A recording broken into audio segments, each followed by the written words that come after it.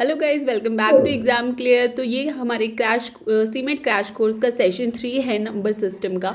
तो गाइस हमने कल एक आपके लिए सेशन अपलोड किया था जो कि बहुत बड़ा सेशन हो जाता है, इस वजह से हमने उसको थोड़ा शॉर्ट में अपलोड किया था। बाकी का जो पार्ट है वो हम आज अपलोड करेंगे। तो चलिए मूव करते हैं आगे सेशन में। और अगर आप लोगों ने अभी तक इस सेशन के लिए अपनी ऐप अब डाउनलोड नहीं करी है तो मैं आपको बता दूं कि हमने ये ऐप पर भी अपलोड कर दिया है। और मेरा सजेशन तो आपको यही रहेगा कि आप ऐप पर देखिए जाकर, क्योंकि वहाँ पर आपको इसकी टेस्ट सीरीज भी मिल जाएगी। तो ऐप ज़रूर डाउनलोड कर लीजिएगा और आपको लिंक मिल जाएगा डिस्क्रिप्शन बॉक्स में। तो गाइस ये जो एक और मेथड है ये आपका, इसको अच्छे से याद कर लेना। इसके बेसिस के ऊपर 2020 सीमैट में आपका क्वेश्चन आया था। सीमैट 2020 में या फिर शायद से 2019 में इसमें क्वेश्चन आया था आपका, तो इसे आप अच्छे तरीके से याद कर लीजिएगा। ठीक है गाइस, तो चलिए इसका एग्जाम्पल देख लेते हैं। आप 12 और 18 इसका क्या होगा आपका। तो गाइस ये आपका नंबर है 12 और 18, इसका अगर आपको एचसीएफ निकालना है तो वो क्या होगा 6 और एलसीएम होगा क्या 36। तो ये product of HCF and LCM is equals to this product of this number. Okay guys, तो ये आपका एक और मेथड है। ये फॉर्मूला है, तो इसे आप देखोगे तो हमने इसको इसी फॉर्म में रिप्रेजेंट कर दिया है। तो guys divisibility test for two, ये तो आप सबको शायद याद ही होगा। तो इस डिविजिबिलिटी टेस्ट फॉर टू देखना है तो हम क्या चेक करते हैं, last one digit. Divisibility test for 4 होगी तो हम क्या चेक करेंगे, last 2 digit. And divisibility test for 8 है यानी कि लास्ट 3 डिजिट हम चेक करते हैं। तो इसको आप, एक सिंपल सा रूल है, इसको हम जल्दी से समझ लेते हैं। ठीक है गाइस, तो गाइस अगर हम एक टॉपिक लेते हैं, यानी कि क्वेश्चन 512 ले लिया मैंने। तो देखिए आप इसमें जो लास्ट 12 है, यानी कि अगर मैं इसे अलग करके लिख दूं 500 प्लस 12, तो 12 जो है वो आपको दिख रहा है it is divisible by 4। Okay, तो गाइस अगर हमें पता करना है कि दिस 512 इज डिविजिबल बाय 4 और नॉट, तो गाइस अगर आपको पता है कि ये जो 12 है ये तो 4 से डिविजिबल होगा ही, it means 512 is divisible by 4 by, because any multiple of 100 is divisible by 4, यानी कि ये आपका हमेशा 4 से डिविजिबल होता ही है। तो आपका मतलब ये जो है 500 प्लस 4 जो है ये तो डिविजिबल हो गई, तो हमें चेक करना क्या है, सिर्फ ये। तो ये भी आपका डिविजिबल हो गया, मतलब इट इज डिविजिबल बाय 4। तो same way 1000 is divisible by 8। Okay, तो that is why we test for last 3 digits. तो गाइस ये जो नेक्स्ट है डिविजिबिलिटी टेस्ट फॉर 3, तो इन दोनों के लिए एक ही टेस्ट फॉलो होता है। इसके लिए आप क्या करना है, आपको देखना है सम ऑफ डिजिट्स।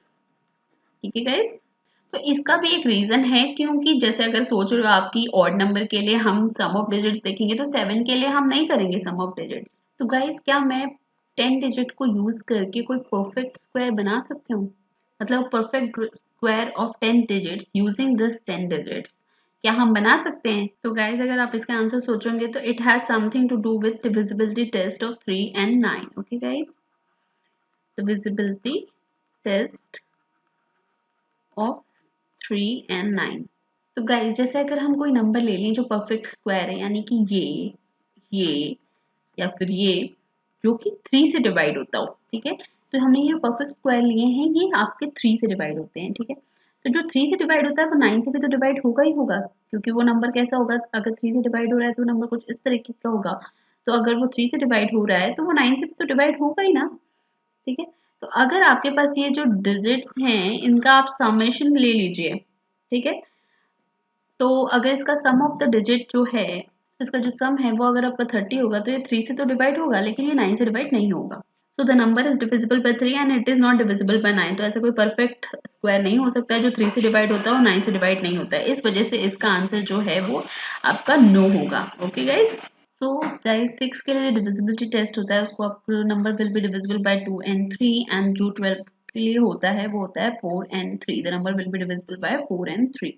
तो याद रखते जाइए। 7 के लिए क्या करेंगे, लास्ट डिजिट का डबल करके बाकी में से सब्ट्रैक्ट कर दीजिए।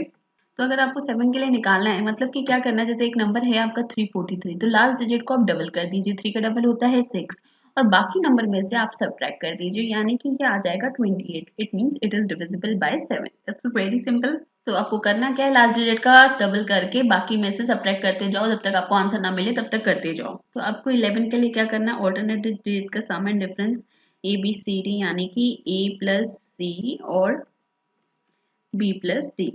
मतलब कि 0 या फिर 11 आएगा तो नंबर आपका 11 से डिवाइड होगा। ठीक है गाइस, तो गाइस अब हम क्वेश्चन शुरू करते हैं।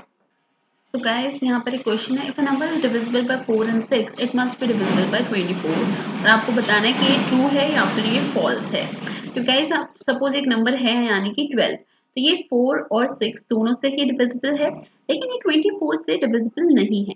अगर हम नंबर ले लेते हैं 36, तो ये भी 4 और 6 दोनों से ही डिविजिबल है और 24 से डिविजिबल नहीं है। तो इसका आंसर आपका फॉल्स होगा, लेकिन हमें ये पता कैसे चलेगा कि ये डिविजिबल है कि नहीं है? तो इसका भी एक रूल है, ठीक है गाइस। तो इफ अ नंबर, जैसे कि एक नंबर है आपका ए और बी, तो it will be divisible by LCM of A and B, ठीक है गाइस। तो जब मतलब कि अगर आपके पास एक नंबर है 4 और 6, तो ये जो है इसका एलसीएम यानी कि 12, तो it will be divisible bye it's LCM is also, मतलब कि 12 से भी ये डिवाइड होगा। समझ आया आपको यहाँ पर ये 24 से होगा कि नहीं, 36 से होगा कि नहीं, हमें नहीं पता, लेकिन अगर जो भी नंबर है उसके एलसीएम से वो डिविजिबल जरूर होगा। So the next question is LCM of two number is 2310 and their HCF is 30. If one of the number is 210 find the other number, मतलब कि हमें एक नंबर तो पता है और एक नंबर हमें ढूंढना है, उसका LCM और HCF भी है हमारे पास में। तो इट्स वेरी सिंपल, हम फॉर्मूला यूज करेंगे प्रोडक्ट ऑफ टू नंबर और HCF of A and B, product of LCM of A and B, ठीक है गाइस। तो आपको जैसे कि सारी वैल्यूज दी गई थी, एक नंबर दे गया था आपको, तो 210 इंटू बी आ जाएगा, क्योंकि आपको अदर नंबर नहीं दे रखा है। एचसीएफ भी है हमारे पास में और एलसीएम भी है हमारे पास में, ठीक है। तो अब आपको क्या करना है, इसको सॉल्व कर लीजिए। तो ये से सॉल्व करेंगे तो इट्स वेरी सिंपल, यानी कि आपका जो थर्ड यानी फोर्थ जो ऑप्शन है, दिस इज द आंसर। तो गाइस हम चलिए नेक्स्ट क्वेश्चन कर लेते हैं। तो गाइस यहाँ पर आपको ये जीसीडी दे रखा है, ये है आपका एचसीएफ, इसे हम एचसीएफ कहते हैं, ग्रेटेस्ट कॉमन फैक्टर। डिवाइजर कह लो आप, चाहे फैक्टर कह लो, सेम ही है, एचसीएफ समझ लीजिए इसको। तो guys this question is slightly tricky. देखिए अगर आप एक नंबर यानी कि ए, आपको पता है कि हमें एचसीएफ 6 दे रखा है, ठीक है। तो हम 6 ले लेते हैं, ठीक है। आपको एक मेथड याद होगा, जैसे कि अगर आपके पास एक नंबर 48 है, एक नंबर 84 है, तो हमें ये जो हम दोनों में से हम लेते हैं कि दोनों नंबर को डिवाइड करने वाला जो कॉमन है नंबर है, जैसे कि 12, तो वो हम इस तरीके से लिख सकते हैं इसको। अब इन दोनों में हमें चेक करना है कि ये को प्राइम है कि नहीं। तो अगर अब हम देखेंगे तो इसका एलसीएम निकालेंगे, अगर ये दोनों नंबर को प्राइम है तो इसका एलसीएम होगा 12 इंटू 4 इंटू 7। आपको याद होगा उल्टा एल करके लेते हैं हम, तो यही मेथड हम यहाँ पर ले सकते हैं, ठीक है। तो ये जो नंबर है आपका ए और बी, ठीक है, तो इसका जो आपको करना है, जो दूसरा नंबर है यानी कि ये ए हो सकता है और ये आपका क्या हो सकता है, ये बी हो सकता है, ठीक है। अब आपको इसका एलसीएम लेना है, तो एलसीएम जो होगा वो होगा आपका क्या, 6 इंटू ए इंटू बी, यानी कि जो उल्टा एल हम बनाएंगे ऐसे, तो ये आपका उल्टा एल बन गया। और एलसीएम जो है वो हमें दे रखा है, यानी कि 432, तो इसे आप यहाँ पर इससे रिप्लेस कर दीजिए, ये हो गया 6 इंटू ए इंटू बी। अब अगर आप इसे सॉल्व करेंगे तो ये तो बन जाएगा 72 और आपके पास आ जाएगा ए इंटू बी, ठीक है।